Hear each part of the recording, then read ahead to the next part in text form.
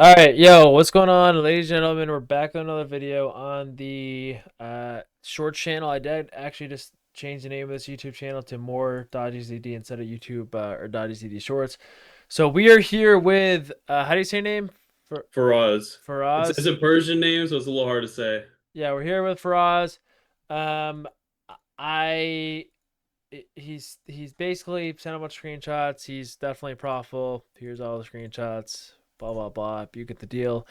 So yeah, I'm just gonna kind of be interviewing him and asking him some questions. And yeah, so first question I always ask everyone is, how old are you? My guess is like 22. 22. Oh, Yeah, that's the beard, right? No, I'm actually 20. 20. Damn. Yeah. Okay. Yeah, so I'm pretty young. Damn. I'm Not about to even turn drinking 21 age. here. I'm about to be there almost. My birthday is a couple weeks from now, so I'm about to turn 21. Nice. And when did you start trading?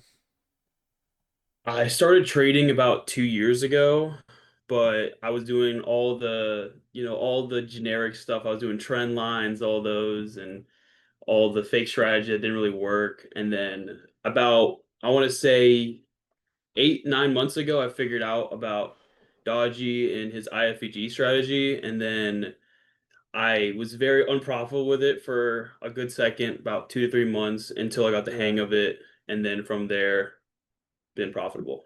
Okay. Um, what like okay, one first question is like why do you like start trading? How do you get into trading? Like did you just accidentally stumble upon it or did you know about it and you're like, okay, I'm gonna start day trading? So I had a friend kind of come up to me, was like, yo, I'm trading all this. And I was like, oh, that's so cool. So I did my own research about it. He eventually actually quit and said it was scam, and then I just stuck with it. So, Damn, and now what I'm here. bro, why do you say it was a scam? So he was getting into it and everything, and he was just like, I keep losing all this money. I haven't been profitable with it, and I was like, bro, you've been doing this for like 2 months. Like, I don't know what to tell you. Like, I mean, I'm not profitable either, and you just kept using that against me. Like, you're gonna lose a whole bunch of money Yeah. and all this. And then, I was delusional enough and I just had enough conviction in it to be like, no, I think it's going to work. I just got to understand it. So he said because he wasn't making money after 2 months he quit. Yeah, basically. Yeah, that's like 99% of people though. Now, I feel like most people like watching this right now, to even be on my second channel shows like the dedication. So I doubt like 90% of you watching you think like that. But if you're like the 10% of people who like, oh yeah, I don't make money in 2 months, you quit, like, bro, that's like you going to college to become a doctor and you're like, oh, after 2 months you think being a doctor is a scam and you quit after 2 months. Like you've taken 2 months of a class. It's like you've taken 2 months of a hmm class, you literally have no idea. It's like I mean, you probably haven't even taken the first test. Okay, it's the same thing with trading. You gotta be in it for at least a year to know if you're gonna, want to stick with it or not. Um, now, did you like? How long ago did you start trading? Started about 2 years ago, but I was doing trend lines for So about a you're year. like 18. Yeah. Okay, did you ever hear about the AMC or GME thing? No. What No, was that? that was 2 years. Okay, because that's how I started. I was like 16, and there was like a short squeeze, and that's what got me into trading. But anyways, um, when you like started looking at trading stuff, did your friend show you like the trend line videos and like the VWAP videos and all that like stuff? Or Yup. He showed me all those, and then he eventually, like, that was only for a month, and then he switched to something else. okay, And after that, he quit. But yeah, he showed me all that, and I tried to stick with that for a while, and yeah, nothing made sense to me. yeah. How many like were you ever profitable doing that, or what did you think about that when you're trying to trade like trend lines and all that stuff? Because I don't think trend lines are bad. I think people who think trend lines are bad just don't know how to manage their risk. Yeah, so it didn't actually work for me, and the reason why is I was just going off of like no other confluences, just trend line. Like, Yeah, okay, we have a whole bunch of stacked highs or some whole bunch of stacked lows. Not like the way that you kind of do LR, just literally just if you see a stair climbing up, just short and then hope you get the downtrend of it, yeah, stuff like that, and it did not work. yeah. I got you. Um, okay. Now, how do you stumble upon me? So I stumbled upon you through YouTube originally. I was on YouTube and I was like, dang, man, I gotta switch to something else because like I am not understanding this whatsoever. And then I found everyone everyone swears by him, TGR. I found him and then I did Yeah. the boot camp with him and then I was like, okay, that's pretty cool. Passed my first account with him, and after that, completely blew it. Um, and I was like, okay, Was it maybe there's psychology or did you blow because of strategy? just a strategy. I was Yeah. like, it's a good strategy, like don't get me wrong, but I felt like it wasn't the way I wanted to trade. Yeah. It was I didn't want to just be like one trade and that was it for the day and then not be able to trade red folder news or all that he kind of tells in his boot camp or I Yeah. wanted a more mechanical way of looking at the markets. He said he does like just breakup structure and that's it, right? Yeah, Yeah. exactly. And then yeah, he Yeah. just basically is the break of structure. Yeah, it makes sense. Okay. Now, did I just like come up and recommend it or what? Yeah, you literally just came up on recommended, and I was like, okay. I mean, he seems pretty knowledgeable, and I started watching some of the boot camps that you made, and I Yeah. was like, okay, I like the way he structured the boot camp a little more than how TGR kind of did, because you kind of talked about other stuff originally, and what it like all the other stuff like LRLR and all that, And and what why it it's means. bad. Yeah. What good LR, what bad. And I Yeah. never even knew that before. I was like, what is like a whole new thing to me. Yeah. I thought they were all the same, and next thing you know, it wasn't. And I kind of started realizing that in the market. And I was like, okay, well, I see what he's saying. I mean, I see good examples just looking on myself, and I was like, okay, you know what? I trust this guy. Um, and everything he seems to be teaching me is it seems to be working. Yeah. Now, when you stumbled upon iFVGs, like what was the video? What did you think? Like, did you just like watch my one of my videos that started talking about iFVGs? Like, was it the boot camp or? So I originally started with because I was trying to rush in the very beginning. So I was like, okay, I'll Yeah. just watch a strategy video. Watch that, and I was like, okay, I understand this. So then go in the next day on the markets and completely just get rinsed. And Yeah. I'm like, okay, well maybe there's more than just like a 20-minute video of how to do everything. So then that's where I kind of started the boot camp of it. And then Yeah. understanding everything before I just jumped in head first into it. Yeah. And then you probably watched my iFVG video, right? Yep. And then I have like a whole other playlist on that. Now, what's like your with how much money you've made? Like what you said you made what 25K in July? Yeah, 25K in July. Yeah, that's crazy. Yeah, I feel like summer wasn't not that easy. How do you do in August? Just out of curiosity. So August was kind of a bad month for It me. was a bad month for me too. So Yeah, and I don't want to say only, but comparatively to my other months before that, I made about $7,000 in total. okay. Um, Yeah, so I mean it wasn't that's horrible, but I compared mean to my other months. it's still good, but it's crazy because August was terrible. In my opinion, you just have to be a lot more hmm patient. Now when it comes to like my model, do you have any like stipulations where like you change stuff or like is it strictly my model like or do you change the break even or what is it? Like how does it work for you? So it just depends on the trade, to be honest with you. I Yeah. kind of more or less if I know like okay, if we hit some point, it should not come back down. Even if it's before the break even, I go break even. Yeah. Or it could be on market conditions. So if the market conditions are really bad, maybe it's a OPEX Friday and we're in a trade and it's kind of getting chopped around a little bit. I'm like, okay, I'll rather go break even, take all the risk off, and if I get chopped, I get chopped, and I'll go about my day. Yeah. But if it doesn't, then of course that's nice. I have Okay. that, and then also I've been also adding in the fib, the 50% of the ranges and stuff too, Yeah. premiums and discounts a lot. I'm really good into that. I really love that. Okay. So I always note those two. So like it's still basically my model. You're just like trying hmm to find a point where it's like okay, because I always talk about on live streams like okay, if we hit here and it's a big handle, we should not pull back here. So that's kind of hmm when you go break even. Okay. Yep. Um, what would you say like were you ever struggling at all when you first started with this model, or was it always like okay, this makes sense, I'm gonna do it? Yeah. I struggled a lot in the very beginning just because Why? there's a fair value gaps happen a lot in the market. and in the very beginning, it's really hard to tell which fair value gaps are good and which ones are bad, Yeah. and when to actually trade the fair value gap. Like, of course, you have to have liquidity on the other side if you're going to get into a trade. But since there's so many fair value gaps, it looks V-shapey. You automatically assume that it's going to go up from there, and then you get wrecked. But Yeah. it just kind of my biggest thing was trying to figure out what fair value gaps to take and which ones were good and which ones were bad. And how did you figure that out? So for me, figure it out was just being in the live streams every day, and I would hear you just talk about like, okay, this looks good, but this is more of a pattern trade, yada yada. Maybe like this is a bad trade. Yeah. This is too small, this is too big of a fair value gap, and just kind of learning off of those, and then eventually just kind of doing a lot of back testing too, figuring out which ones had more probability to it and which ones didn't. Yeah. And then also a big thing was trying not to fade the bias. If you see a phenomenal V shape to the downside and you're bullish, then obviously don't take that because you're fading your own bias there.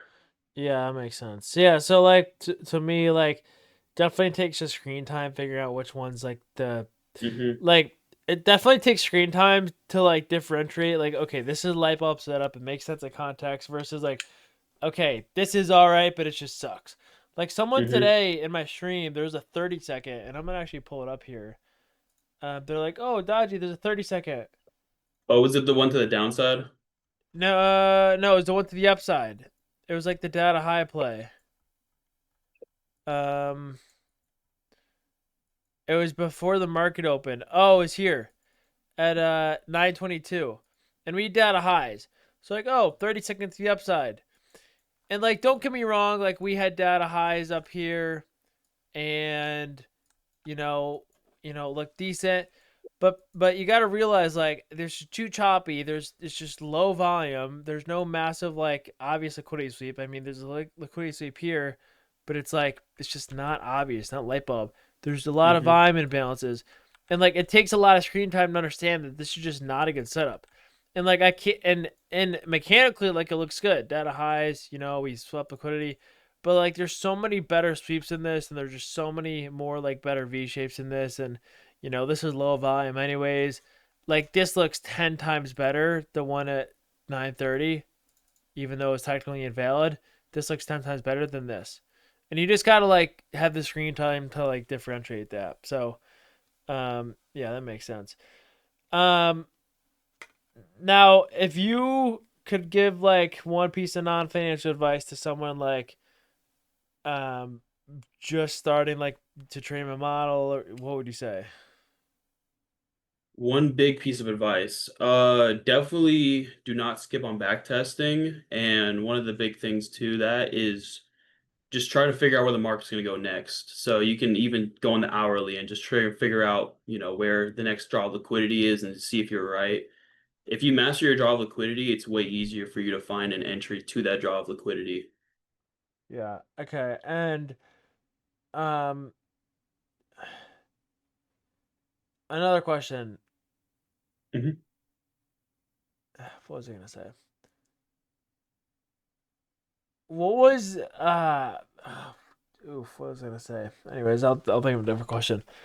Um do you have like any like rules regarding like when the trade before news or at the news or like, during market conditions? Like is there a certain time like okay, if I don't see the price action I want, you log out or just things Yeah, like actually, I do. So usually, if we're really choppy by like I want to say 10:30 or so, 10:20, I'll probably just log out for the day because I feel like by then it'll just be not the price action I want, and of course I'd rather live for another day than not be 100% confident in a trade. So I usually try to yeah. log out by like 10:20. I also figured out that like it's my own rule too, is I don't trade Fridays, really. I just do paper trades on Fridays Fridays are because really hit or miss. yeah, I looked at it based off my statistics because I journal every single day and I journal all my trades I take and Yeah, I do my own probabilities off of it. 90% of my losers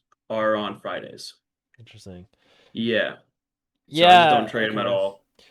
Yeah, I actually Fridays are one of my worst day too. And the reason is because usually if usually we hit the weekly objective sometimes by Thursday. Well, a lot of times by Thursday. So then Friday doesn't have an objective half the time, and then we get losses. Hmm. And like sometimes there'll be a data week on Fridays, NFP obviously. But the days where the Monday through Thursday already like did its thing and expanded, we already hit the objective. Like I swear, it just the market has like a ripple effect when it doesn't know where it wants to go, and that causes a lot of loss on Fridays. Now another thing I want to say is even if you do end up paper trading because of what your statistics say on Friday, I would still track your paper trades because like in a year from now, maybe that changes where Friday isn't your least profitable day. So like a lot of people are like, oh, if I'm on paper, I'm not going to journal this trade, but it's still worth the journal because what if you start doing well on Fridays next year, right? You might want to go back to the Trading Live account. Hmm. I know some streamers who did not trade Mondays ever, and they noticed they're winning a lot of them on paper, so they just started trading their live account on Mondays. So it just depends on like what you get. Yeah. Now, do you still like? Or you're still in my? You still watch my streams, right? Yeah, I do. Um, I try to teach people like to fish and not like copy what I say and not copy, my signals. Hmm. Do you think you've gotten to a point where like if you were in my streams, you could like definitely know like the difference between a light bulb setup and a non-light bulb setup and be able to trade on your own? Yeah, 1,000%. Some days I actually don't even like watch the live stream to kind of try to do it on my own Yeah, sometimes. Like Tuesday, that's what I did. And yeah, I had a very profitable day on Tuesday. So I nice. definitely do think, and one of the biggest things I also learned too is if you're kind of learning for yourself and learn how to fish on Yeah, your own, or having your own conviction in your trade. Maybe if Dodgy takes something you're not 100% sure if you like it or not, then maybe just look at it and just paper it. yeah, But maybe if you like something, then take it. Have your own conviction in your trades. That'll build a lot of longevity in your trades. You won't have to rely on anybody, and you're there to learn and yep. get better as a trader. So by signaling, it's kind of defeating that purpose. And Yeah. I've had mainly my profitabilities, like all my profitabilities come from just me learning on my own and me like figuring out which trades I personally like. Yeah, a lot of people have conviction in the things I call out, not conviction in what they take by themselves. And it's very important to understand the difference. Like you gotta have conviction on what you're taking. You can't have conviction in what I'm taking.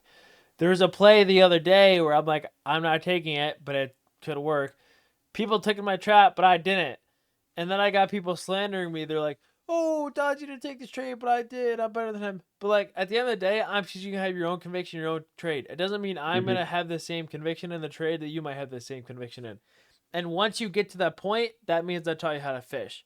If you get to a point where it's like, okay, I like this trade, but Dottie does it, and you take it and it works, you've now learned how to fish because you have your own belief. Um, Now, last questions. What do you think about back testing now that you're profitable? Now that I'm profitable, I don't really see as much of a need for it, but Yeah, if it just kind of depends on the situation. Like sometimes, maybe if I haven't taken a trade in a while, I'll hop on back test and just, make sure I can still do my edge correctly, make sure everything is still good. But for the most part, after profitability, and I would say after, having a consistent amount of profitability month after month, backtesting isn't as necessary as it was for you in the very beginning. But I yeah, do still think it's a very useful tool. yeah. What do you think about how's your psychology? Like, did you have problems with psychology, or were you pretty good at like not revenge trading and just kind of following your rules? So I wish I could. I'll send you a screenshot of this, but I have a whole bunch of sticky notes above or a bunch of like paper that says discipline because one day I destroyed my rules, like just went through and it failed to pay out because of it. Yeah, So discipline was basically like a really hard thing for me in the very beginning, and even now I try to like I can notice a little, maybe that little bit of FOMO coming in, but I'm like, yeah, I gotta stick to my rules. yeah. Uh, but I would say once you get in the routine of sticking to your rules for a consistent amount of time, I would say it's way more manageable. It's way more easier not to get FOMO or revenge trade or do any of those bad habits that you did in the very beginning. And when you stick to your rules, like, do you consider yourself like green even if you have a red day, or like, how do you see that mentally? Um, I honestly just see it as a statistic at this point. So if I get a red day, I'm like, okay, well, that means my next day is more than likely going to be a green day based off my statistics. So, Okay. I'm But not what gonna if it be up. isn't? That's okay. I mean, I'll just next trade I'll do it again and I'll win. I mean, Yeah, okay. I just have that mindset of like, okay, there's no need to be upset over this loss. That just means that I'm gonna have a better day tomorrow. And if I stick to Yeah, my rule, it's always a good day. yeah, based on statistics, if you trade my model, I mean, if you lose a trade, I mean, and you're patient enough, you usually do win the next trade. Now, you could lose the next two trades because I lost. Remember when I lost 5 trades in a row? Yeah, I remember that Dude, that one. was bad. I was like, okay, there's no way I lose again. And I lost again like three more times. But like, I always tell people if you journal, you can look at your calendar and you can see what happens when you have a red day. Most times, if you have a red day and stop and you look at the after that red day, you're usually green again. Not all the Hmm. time, but like you need to understand that so you don't revenge trade. And if you don't have those statistics, then it's just to make you want a revenge trade because you don't know. Because in your mind, you're like, oh, I'm red. And then you have nothing else to base that red day off of. So you just want to keep trying to make it back. But if you look at your red days on your calendar and see, okay, when I had a red day here, I stopped and did a trade, and the next week I was green, it keeps you from revenge trading. And I do really like the sticky note idea as well. Yeah. Uh, I have it right above my desk. I can see it yeah, every single day while I'm trading. Another useful thing I used to do too is if I revenge traded one day, then I would have like a little punishment workout for myself, like maybe Stairmaster at the gym or something like that. So I can like, okay, if I revenge trade again, it's gonna be horrible for me at the gym, so I can't revenge trade. yeah, I do that. I do 2 mile run as fast as I can, and I do it one time. I almost threw up from it. Um, Jeez. yeah, bro, that day I like blew. I had an Apex account. I got to like from 50,000 to like 113,000 or something, and Damn, okay. I freaking blew it, bro. I don't know what I was doing. I think it was an accident. Like it was starting as an accident where I thought I was on. I think I went like some insane amount of minis or something, and I didn't realize. I thought I was on micros because I was taking like a fun trade, and I just Mm. wasn't. And then I don't even know what happened, but um, Was yeah. that like, how was that for you, blowing that account? I Oh, mean, was it oh, all I in didn't, one I day didn't. or? Yeah, it was all in one day, bro. I didn't care. I mean, Jeez. it was one account, so it's not like a blue 20, but it's definitely like a hurt hit to my soul because I'm like, bro, I can't. Like that's just absurd. But now last question: how has your lifestyle changed? Like, do you go to school? Like, or do you want to buy a Lambo, or do you just want to have a freedom and not work a job? Like, what's like your mindset within like, okay, I'm making money now. What? So Because try to target people for freedom. I don't like, yeah, I have a Lambo, but I don't try to target people and be like, yeah, if trading can get you a Lambo. I try to target people who honestly just want more freedom in their life, you know? yeah, so that's my biggest thing too, is I do a lot of traveling. Yeah, So I always wanted to, but then I got to a point of where I couldn't because of money. yeah, And I get a lot of freedom with trading because of that now. So I would say a lot of my money is spent on either, going out with friends or just enjoying my life. A lot of yeah, that freedom too. I would yeah. also say I like to like invest in other stuff too, so I can make more money, Yep. invest my future. I'm also still in school too. Okay. So I'm doing this while also being in school. College? Yeah, I'm in college. Yeah, I I do started. computer engineering. Yeah, I started making money in college, but I was like, I was too deep in, so I just finished it. But okay, makes sense. Uh, where's one of where's one of your favorite places you traveled to? Probably Egypt. I'm not gonna lie to Egypt. you. Egypt was cool. Okay. I got a tattoo. Uh, that's it, all Damn. Egyptian. And then like these are like the little things that are in the actual pyramids. Hieroglyphics. Yeah. Yeah, that's cool. Nice. That's cool. Yeah, I like how you just like spend money going out with friends and stuff. Like, bro, I came home to live with my parents this summer just because all my friends were here still, and like, I took them out to dinner and hung out with them. Like, I prioritize them. Like, bro, I could care less. I have a Lambo. Like, I literally come home for Yeah. family and friends, bro. Like, it's just so much more fulfilling. Like, it's so fun. Like, just to be able to go Hmm. out and just do whatever. But that's why I did it. But yeah, that's pretty much it for now. So yeah, if you guys have any more questions you'd like to ask him, his Discord is obviously Twisted Nuts. Here's all his stuff right here.